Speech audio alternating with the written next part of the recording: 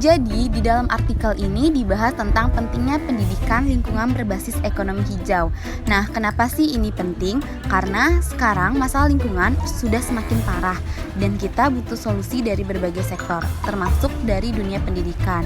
Nah, ekonomi hijau itu sendiri adalah pendekatan pembangunan yang tetap memperhatikan pertumbuhan ekonomi, tetapi juga menjaga kelestarian lingkungan dan meningkatkan kesejahteraan sosial. Nah, konsep ini kalau diterapkan di sekolah tujuannya itu buat ningkatin kesadaran dan tanggung jawab siswa terhadap lingkungan sejak dini.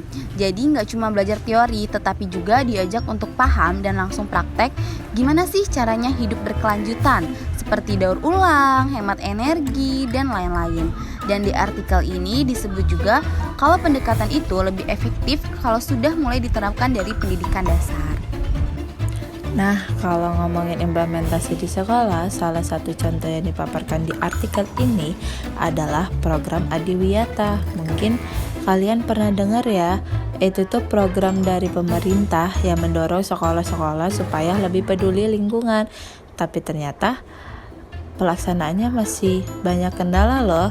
Misalnya kayak guru yang belum paham ekonomi hijau, kurangnya fasilitas, terus nggak semua sekolah punya kurikulum yang mendukung.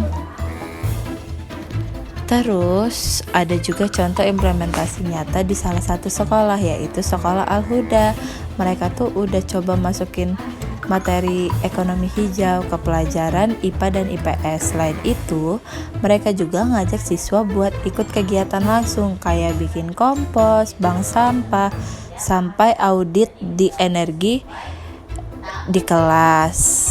Bahkan guru-gurunya juga dapat pelatihan khusus dari Dinas Lingkungan dan kampus. Jadi ini keren banget sih karena bukan cuma siswa, tapi guru dan orang tua juga dilibatkan.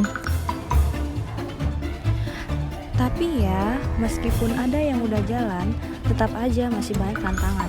Di artikel dijelasin kalau tantangan itu datang dari berbagai arah, kayak misalnya kurikulum yang belum fleksibel, fasilitas sekolah yang minim, terutama di daerah-daerah terpencil.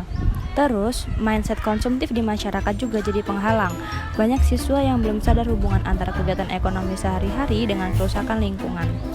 Makanya, penulis artikel nyaranin supaya semua pihak tuh kerja bareng.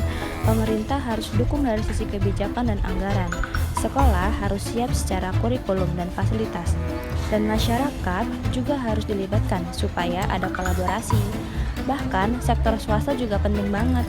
Misalnya, dengan CSR atau kerjasama proyek hijau di sekolah. Selain itu, teknologi juga bisa dimanfaatkan loh, kayak pembelajaran digital, aplikasi edukasi, atau stimulus virtual yang bikin siswa lebih tertarik belajar soal lingkungan. Jadi, strategi edukasi lingkungan berbasis ekonomi hijau itu bukan cuma teori, tapi bisa dijalankan kalau semua pihak saling dukung.